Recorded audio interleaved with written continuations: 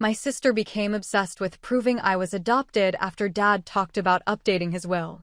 So, she tried to swap my DNA test with her friend's saliva, but the results left everyone speechless. I'm Harper, 28 years old, and up until 6 months ago, I thought I had a pretty normal family. Lydia is 31, and we've always had what I'd call a typical sister relationship. Not super close, but we got along fine at family barbecues, texted each other funny memes occasionally, the usual sibling stuff. Our dad, Daniel, built a successful construction company in Denver from absolutely nothing. Mom passed away from breast cancer 8 years ago, leaving just the three of us. Dad's been talking about retirement lately, and about 6 months ago, he mentioned wanting to update his will. Nothing dramatic, just typical stuff for a guy in his early 60s who's built something substantial and wants everything organized properly. I want to set up some trusts, he said over Sunday dinner at his house in Boulder. Make sure you girls are taken care of when I'm gone. Lydia and I would be splitting everything 50-50 just like we'd always assumed. It seemed perfectly reasonable, but something changed in Lydia after that conversation. I mean, completely changed. She went from normal big sister to I don't even know how to describe it. Suspicious, hostile, like she was studying me for signs of something I couldn't identify. The first incident happened at Dad's house a few weeks later. We were looking at old family photos on his mantle when Lydia picked up this picture of me as a baby. She stared at it way too long, holding it close to her face like she was examining evidence. You know, Harp, she said slowly. You really don't look like either Mom or Dad in this picture. I laughed because honestly, what baby does? All babies look like wrinkled potatoes, LYD. What's your point?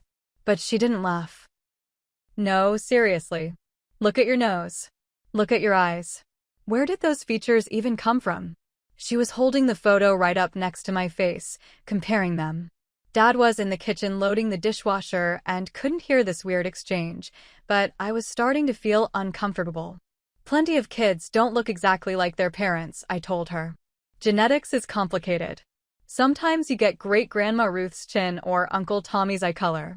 Lydia just gave me this look like I was lying about something fundamental. That's when I knew something was seriously wrong. Over the next few weeks, she started making these subtle comments about me being different from the rest of the family. At our cousin Ethan's birthday party, I overheard her telling Aunt Clara that she'd always suspected something wasn't quite right about me. When she saw me listening, she didn't even look embarrassed. She just shrugged and walked away.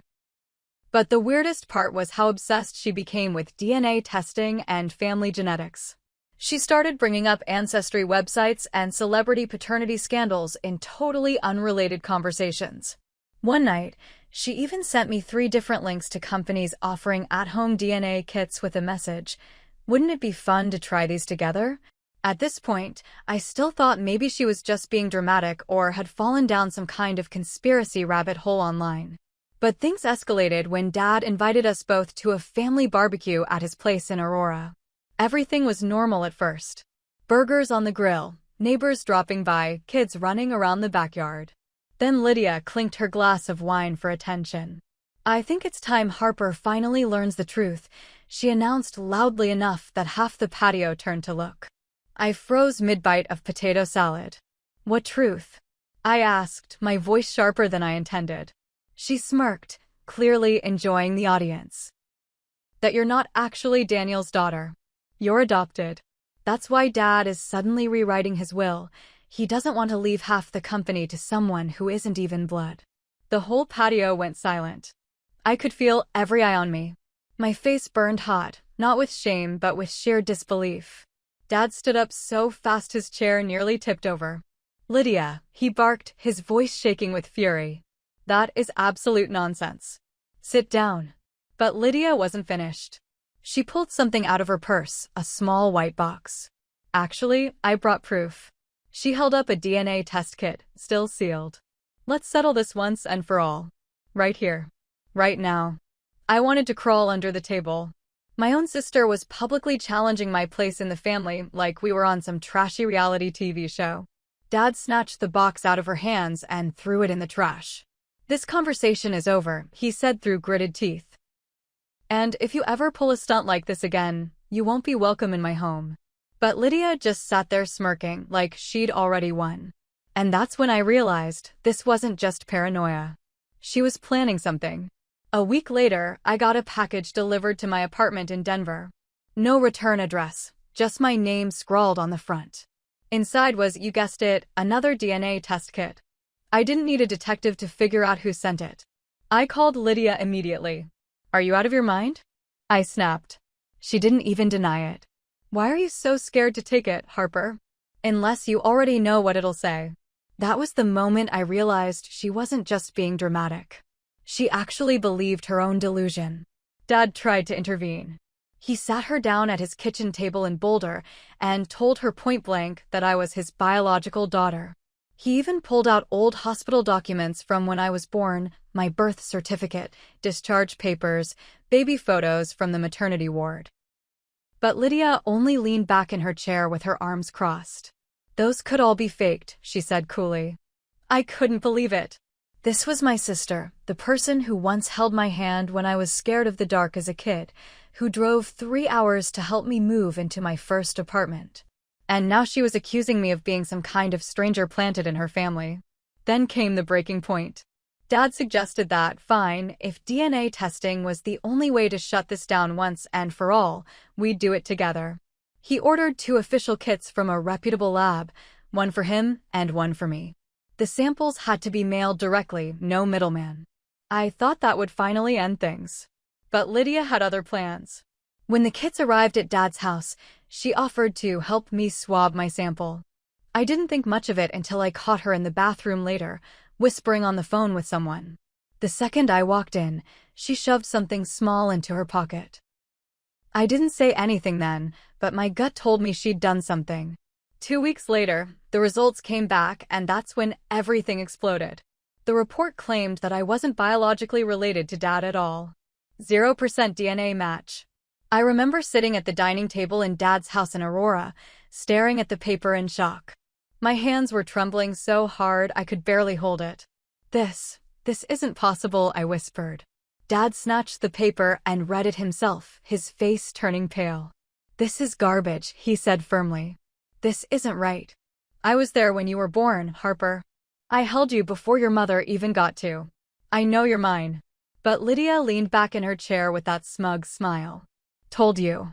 I was right all along." My chest felt like it was caving in. For a brief, terrifying moment, I actually wondered if she was right. If everything I thought I knew about myself was a lie. But then something in me snapped. I remembered the way she'd been acting in the bathroom. The way she'd insisted on helping with my sample. And suddenly, it all made sense. "You switched it," I said slowly, my voice shaking with fury. "You swapped my DNA with someone else's." Lydia's smile faltered for the first time. "What are you talking about?"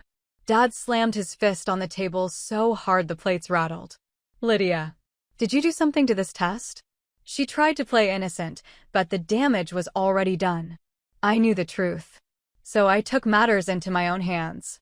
The very next day, I went to a different lab in Colorado Springs, this time without telling anyone.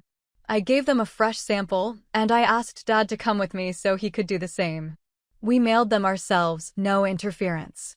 2 weeks later, the real results came in. 99.9% match. I was Daniel's biological daughter beyond any doubt. I will never forget the look on Lydia's face when Dad laid that report on the table. All the smugness drained away, replaced by a pale, stunned silence. Dad's voice was like ice. "You tried to destroy your own sister. For what? Money? Jealousy? Because you couldn't stand the thought of sharing." Lydia opened her mouth, but no words came out. For once, she had nothing to say. That was the last time she was welcome in our father's house. After that confrontation, things shifted permanently. Dad made it clear, Lydia wasn't allowed to be involved in any conversations about the will or the company anymore. He even called his lawyer in Denver the very next day and told him to lock her out of all future meetings. But Lydia didn't take the exile quietly. A week later, I got this long, venomous text from her. "You stole everything from me. Don't think this is over. Blood or not, you don't deserve any of it." I just stared at my phone, my hands trembling. This wasn't just sibling rivalry anymore. It was obsession. Dad told me to block her. She needs professional help, Harper. Don't give her any more fuel. So I did. I blocked her number, her email, everything. But that didn't stop her. She started showing up at places I went, my favorite coffee shop in Cherry Creek, the grocery store near my apartment, even outside my office building. Once, I caught her taking photos of me from across the parking lot. I finally had to file for a restraining order. That broke Dad's heart. I could see it in his face when we sat together in his living room in Boulder. She's my daughter too, he said quietly. I don't know how she became this person. I didn't know what to tell him. All I knew was that Lydia wasn't the sister I grew up with anymore. The final straw came when Dad actually confronted her with the restraining order in hand. He told her she had a choice: respect the boundaries, get therapy, and try to rebuild trust, or be cut off completely. She laughed in his face. So that was it. Dad had the locks changed on his house in Aurora. He told the company lawyers to formally write her out of succession planning, and he cut her off financially. It was brutal, but necessary. Months have passed since then. Lydia still tries to stir up drama on social media, posting cryptic quotes about family betrayal and truth always coming out. Some relatives even reached out to ask me if her claims were true, but once I showed them the real DNA report, they dropped it. And me? I'm learning to breathe again. To stop looking over my shoulder every time I walk to my car. To trust that the truth is enough. But here's the part that still stings: I lost my sister. Not because I was adopted, or because of money, or because of a will. But because jealousy and obsession consumed her so completely that she destroyed the bond we once had. Dad tells me not to carry that weight. He says Lydia made her choices, and I can't fix them. But some nights, when it's quiet, I think about us as kids. Sharing secrets under the covers, fighting over clothes, laughing until our stomachs hurt. And I wonder if that girl is still in there somewhere, buried under all the bitterness. Maybe she is. Maybe she isn't. But one thing's for sure, no DNA test in the world could ever change the fact that I know who I am, and I know who my family is.